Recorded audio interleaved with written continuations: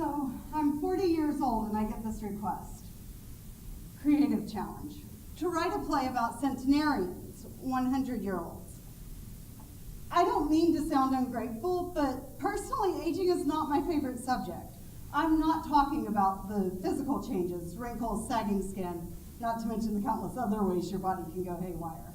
No, I'm talking about fear.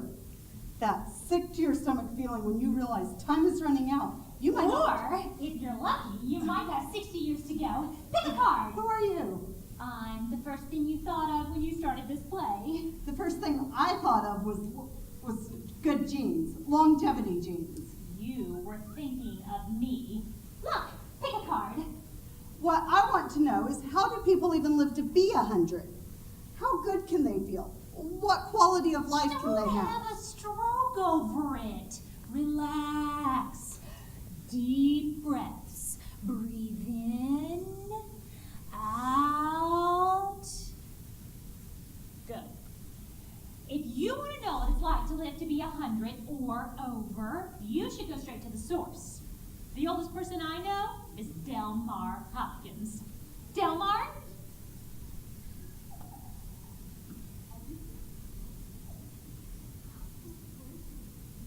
Afternoon, everybody. How you all doing? You doing okay? Delmar's 104. No way. Born in Honey Grove, Texas. Parents moved from West Denison, Texas to Chickasha, Oklahoma. Rode a bike every day to work at the WPA. I'm not sure they know what that stands for. The Works Project. Administration. Established in 1935, put millions of unemployed people to work building schools, roads, parks, and post office. Thanks. One of my bike trips, I stopped to get a drink of water in the used car. This guy's son seen my bike and wanted it. He said, "You can have any car on that lot, and I trade it even for your bike." I picked the 29 Chevrolet. He drives PT Cruiser now. Highway Patrol pulled me over a few weeks ago away in Norman. I was going about 85, catching every light. He looked at my license. Which says he's 100 when really he's 104. Oh, you still driving? Oh, do me a favor. Keep it within the speed limit. I put my cruise control on now. That's amazing. What's the secret to your longevity? How do you do it? Exercise. Elizabeth Hammer. Do not run around on your wife. Fred Scott. Australia Hobson.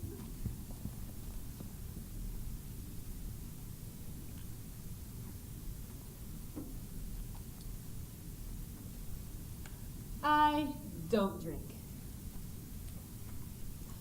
Not because I'm so good. I can't stand it. You ever tried White Lightning? I used to drink White Lightning. Tried bourbon, didn't like it. Tried scotch, didn't like it. So I drank vodka every day for 60 years. Finally, I just give it up. See, that's another thing that drives me crazy. You read all these articles about how to live longer. Eat right, exercise, don't drink, don't smoke. Oh, Delmar smoked for a while too, but he gave that up. But basically he did everything wrong, which just goes to prove it all comes back to good genes. It's almost up to you to live a long time, whether you know it or not. My doctor said, Delmar, you know the way to live. Because if you didn't, you'd be dead. People out here worrying, I don't worry. I keep a good attitude. Vance Trimble, what do you think? Excuse me? How do you live a long life? Stay in love. Are you working on your autobiography? I've been bugging him about it for years. This is my to-do list for the day. What? You're busier than I am. Vance is a famous journalist. He won the Triple Crown in 1960. Oh, I worked down at the racetrack 9 months a year. This is a different kind of crown. Yeah, the Pulitzer Prize for National Reporting, the Sigma Delta Chi Distinguished Correspondence Record, and the Raymond Clapper Award for Exceptional Reporting. Well, congratulations. Sounds like you know your business. He's written tons of biographies too. Who have you written about again? E.W. Scripps, Happy Chandler, Sam Walton, Ronald Reagan. Hold on. We need to explain these people. newspaper magnate and radio broadcaster. Chandler, governor of Kentucky. Walton, Walmart, obviously. And Reagan Was an actor. And president. Vance, can we play cards at your desk? Sure. My wife Elzine was a great bridge player. I know. Everybody pull up a chair. What are we playing? 5-card stud. Join us. I don't gamble. If you crossed the street this morning, you gambled. What's the ante? A personal story. Sure, count me in. Australia, did you want to play? I want to know how you got your name. It's so pretty. Mama was pregnant, and she and a friend had to help the teacher who was ill. They were looking in a geography book. First they said, Asia? No, let's see. Australia. Felt funny at first for being named after a country, but I enjoyed it once it happened. That ain't my story though. I'm going to tell you a story about slavery days, when my daddy was a boy in Tennessee. He was carrying lumber to the plantation when he accidentally told some man in the lumber yard he was going to count the lumber. Hey boy, how you gonna count that lumber up? I'm going to count it up myself. And where'd you learn to do that? I saw other people doing it and tried it out myself and did it. You're lying to me, boy. I'm gonna make you come down off that wagon and make you pay for this lying to me. Papa hit his team, made it back to his daddy's. Grandpa put him on a wagon to get him to his brothers in Oklahoma. At some point, the man driving the wagon got stopped. Where are you going? I'm going to the market to sell these pigs to get some money to feed my family. I don't believe there's no pigs in there. You take that cover out that wagon, you show me them pigs. Okay.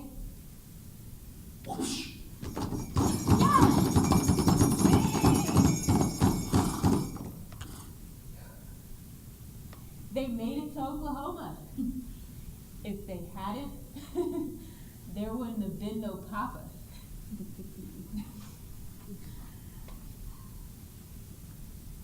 Fred, call or check? Call. My daddy skipped out. Mother went to live with her grandmother, my great-grandmother. Okay, now, I'm a baby. We all took the typhoid fever in 1916. They told my mother, if you can feed that baby, he might live. In other words, he's going to die. My mother said that... If he dies, I want to die. She would give me a drink of water and then drink after me. We all survived the typhoid, but my mother died when I was 4 years old. And then my great-grandmother who had been taking care of me died. That's when my guardian, my great-uncle, he put my little butt to work. Never gave me a dime in his life. Never bought me an ice cream cone or a Coke. I had to stand on a box, but I could harness a team and go to the field when I was 12 years old. Call. My folks lived on my mom's Indian Cherokee allotment, north of Grove. My mother was Cherokee. Her father's parents were on the Trail of Tears as teenagers. My father farmed, my mother raised a garden. My father's folks were in education. My mom's folks, the Smiths, well, they weren't into education. They were into music and things. Check. Oh, tell your story anyway. My father was mayor of Harrison, Arkansas. In 1919, there was a railroad strike led to mob rule. My father took the side of peace against mob rule, was blackballed for being a lawyer. In 1920, he moved to Okima, Oklahoma. A lot of oil derricks there, a very busy court system. You expect me to follow that up? Forget it. Well, maybe if you're lucky enough to live another 60 years, you'll have some stories to match theirs. What about you? Don't you have to put in a story?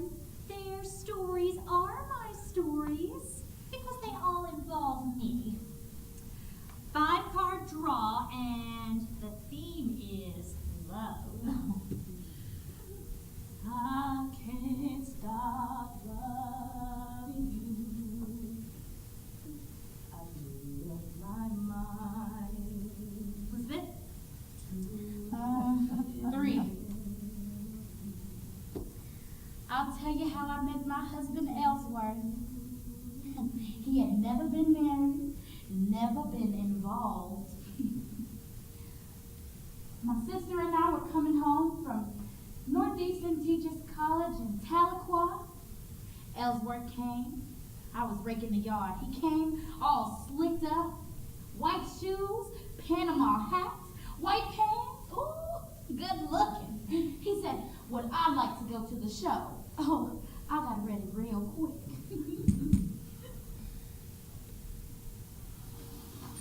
My husband was 7 years older. He worked at the butcher's down the street. 2. I met my wife, Elzine, when she was a senior at Weigand High School. I was a junior.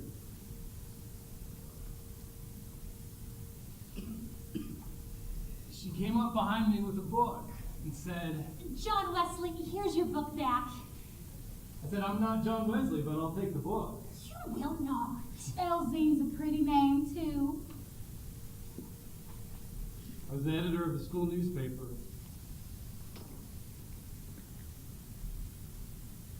She was the business manager, so we were together a lot. Go down to Robert's drugstore, get a nickel Coke, take 2 straws and split it. That was 80 years ago now.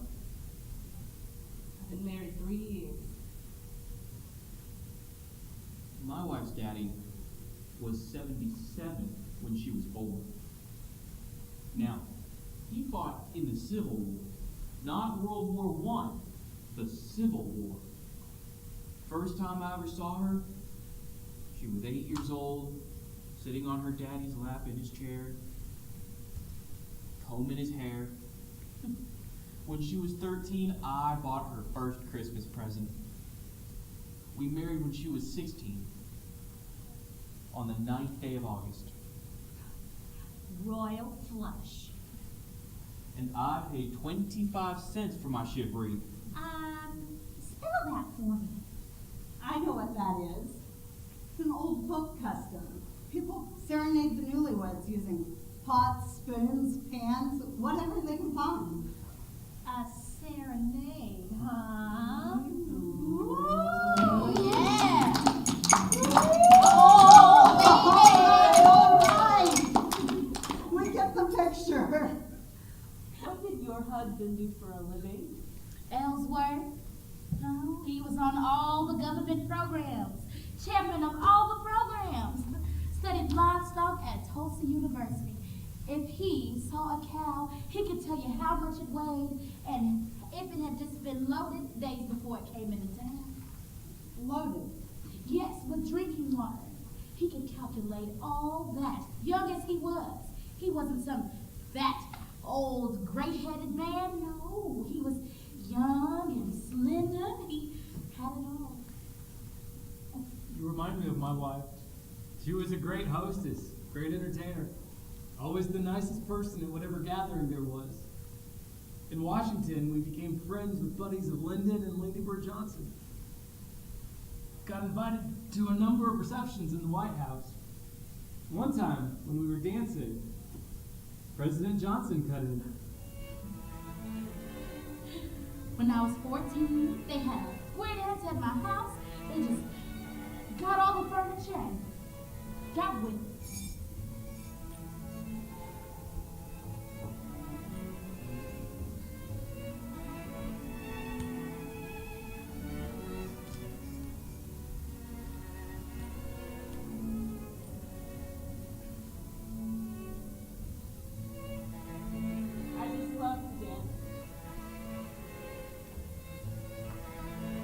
Daddy wouldn't let me dance. My husband, after I married him, he wouldn't let me go to dances. I'd wait till he'd sleep and slip out. Me and my sister had the best time.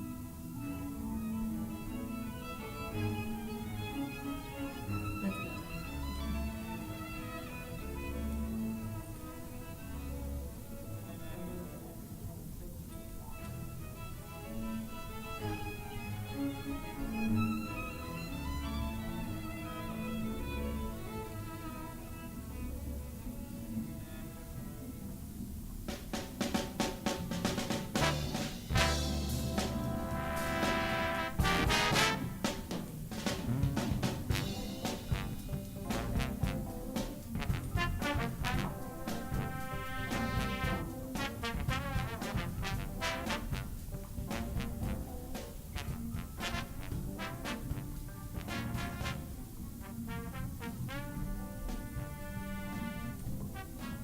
My wife and I knew a lot of black musicians.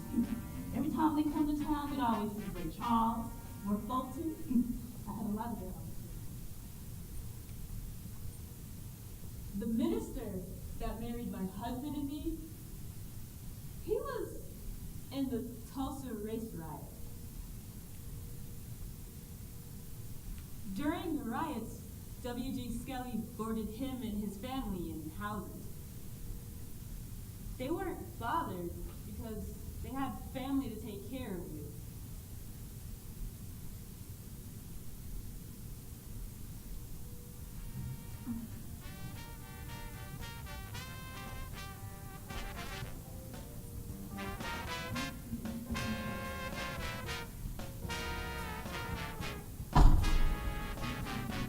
Fred, Oh, you're looking at a one-woman man, Missy.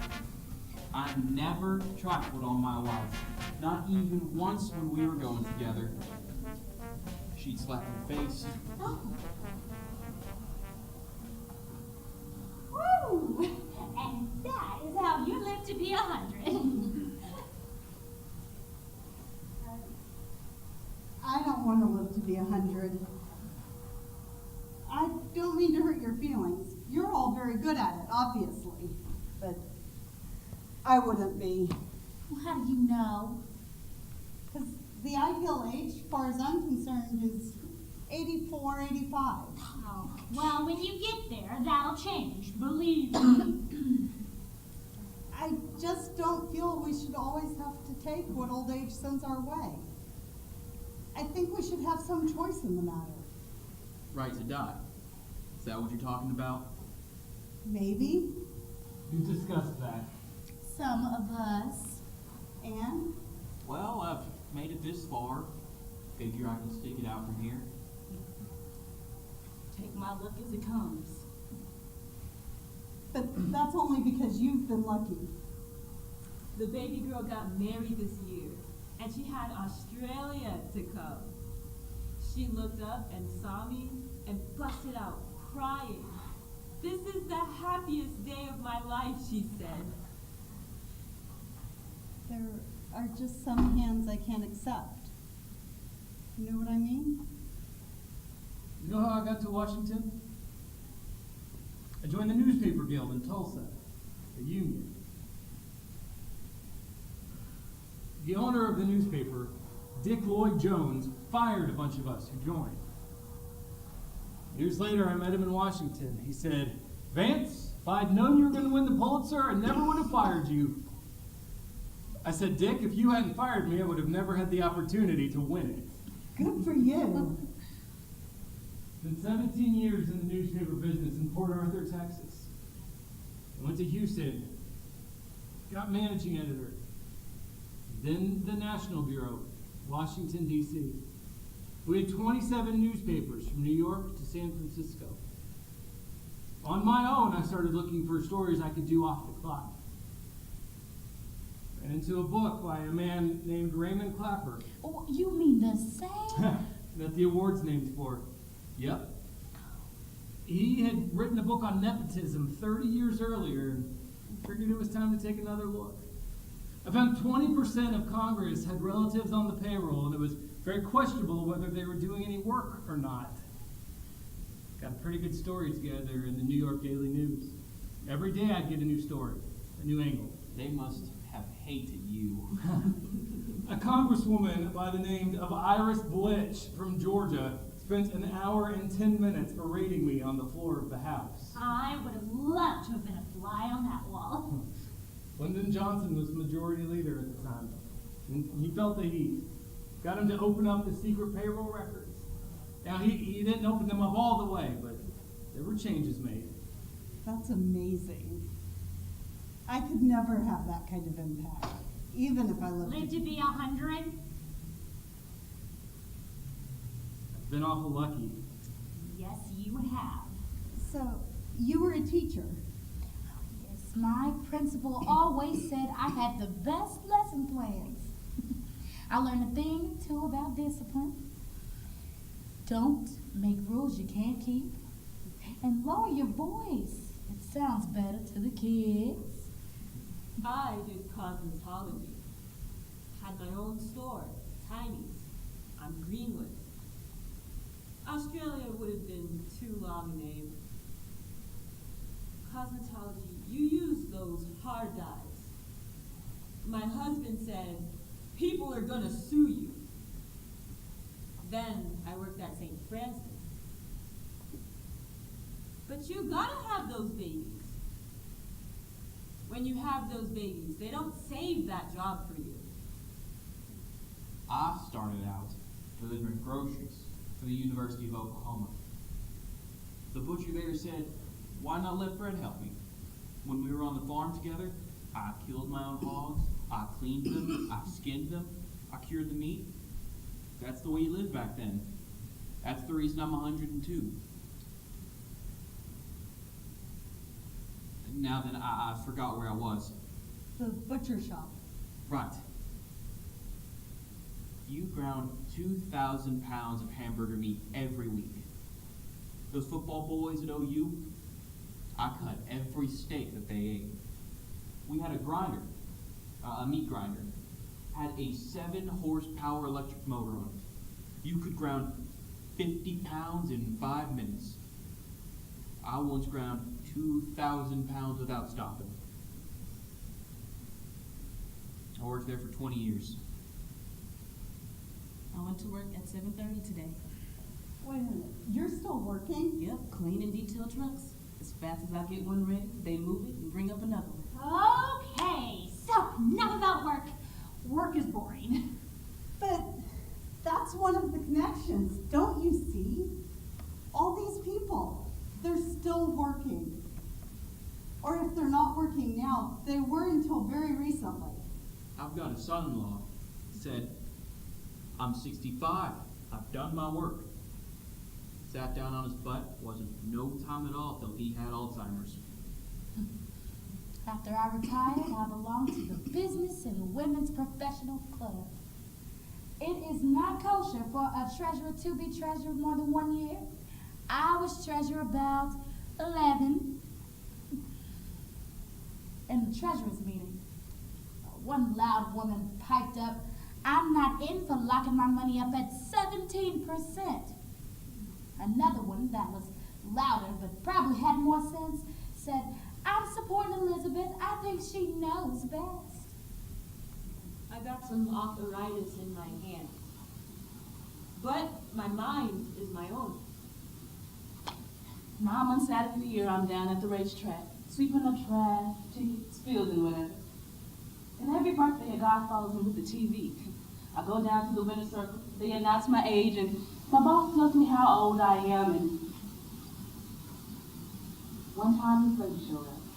Are you Delmar? Can I hug you? Oh, can you hug me? Help yourself. I told my husband when I saw you on TV, I have got to meet that man. He's still working at 103.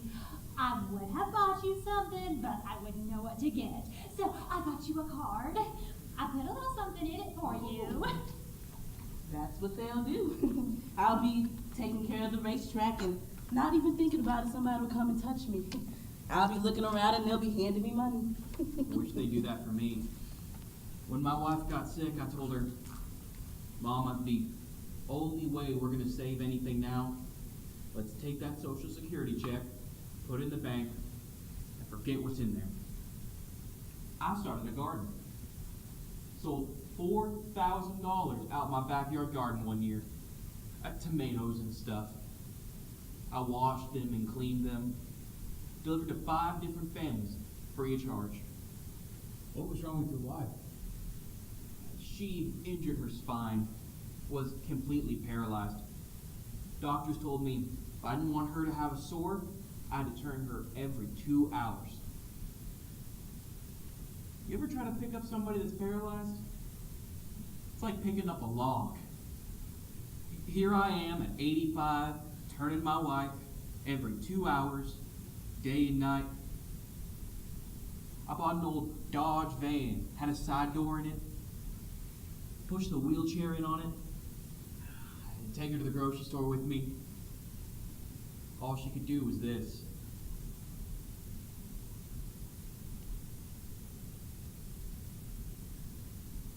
But her mind was sharp. She'd tell me what she wanted and I'd do it.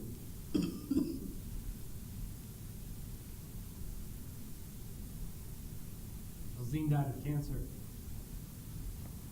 My wife got breast cancer. 47 years we're together. My wife died in 1996. I'm crazy, okay? We have a funeral and I'm left all alone. I go out and plow my garden.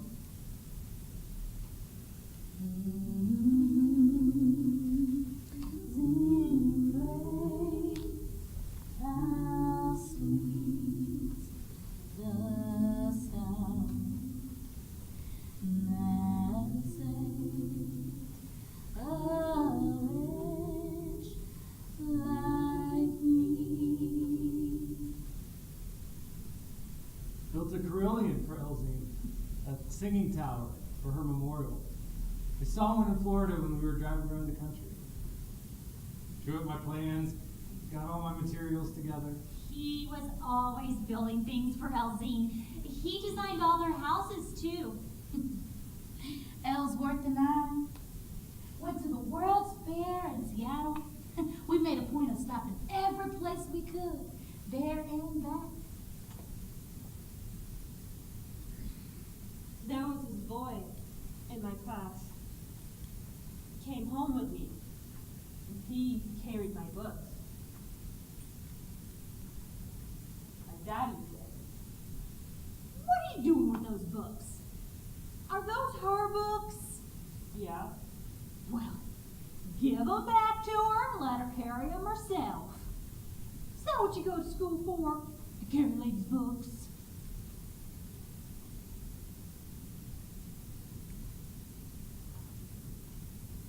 that boy never came back. He might have had a good chance.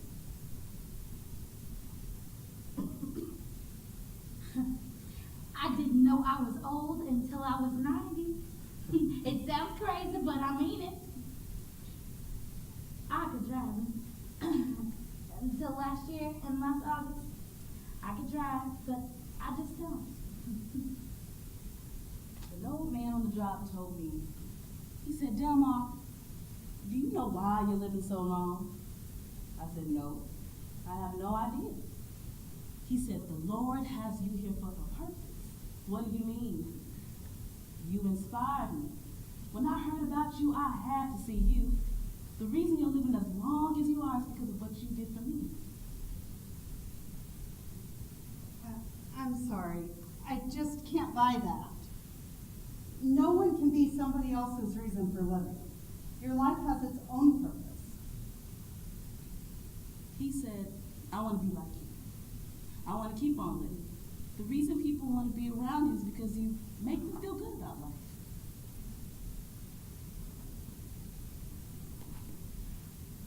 Get up at 6:45 in the morning, put coffee on. Housekeeper comes and makes breakfast. I drink my coffee, look at the news, drive my stationary bicycle. Secretary takes care of all the bills. She records books from the Library of Congress and puts them on a flash drive for me. I go to bed between 9 o'clock and 1 o'clock. Take about an hour and a half at a time. Place I'm at, I go to bed about 9:30, 10 o'clock.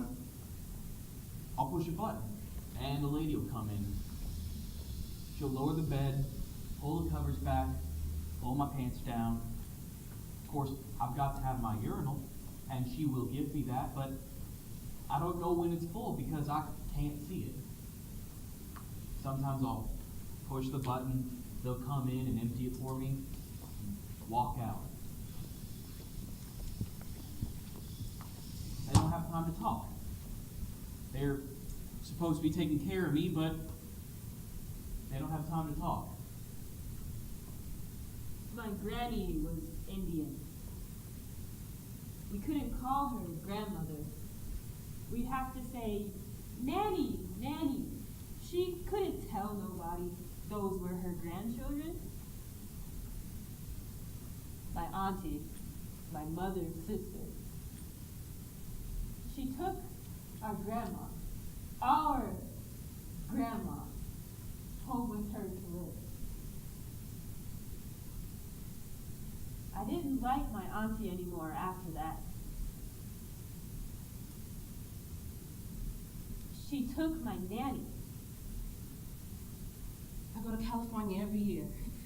The last 5 years for dinner work. Daughter-in-law pays for it. And she brought me 7 shirts. 7.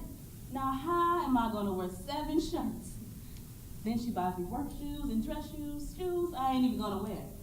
Then she buys me 15 pairs of boots, cowboy boots, because I love boots.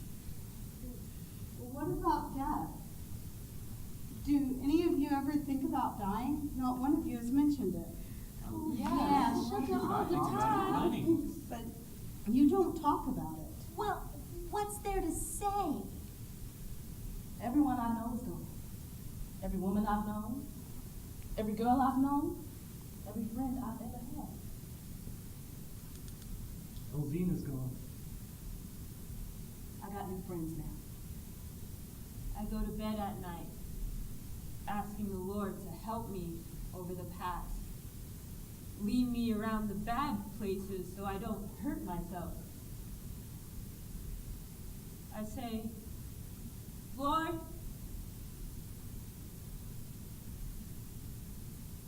search me, Lord. Open my heart and let me in where I can be recognized that somebody tried to live part of the right life, if not all of it. I'm sorry I didn't see Alaska. Sorry I didn't go to Mississippi to see my friend that I've known since 1941. But I would really like to cruise the Rhine River again. I really enjoyed that. An old man told me how to stay happy. He was sitting on the church steps and he told me to come over. He said, hey boy, come over here. Are you happy? I said, I think so. He said, do you want to be happy? Yeah, I'd like to be happy. Well, I tell you what to do. You whistle or sing every day before noon and I guarantee you will have a good day. So, how about it? How about what? Let's take Delmar's advice. Let's do some singing. Oh, no. I love singing. I can't hold a tune. Me neither. I'm game. What do we sing? How about Charlie Pride? Whenever I chance to beat some old friends No, on something lively, something with a beat. I've got it.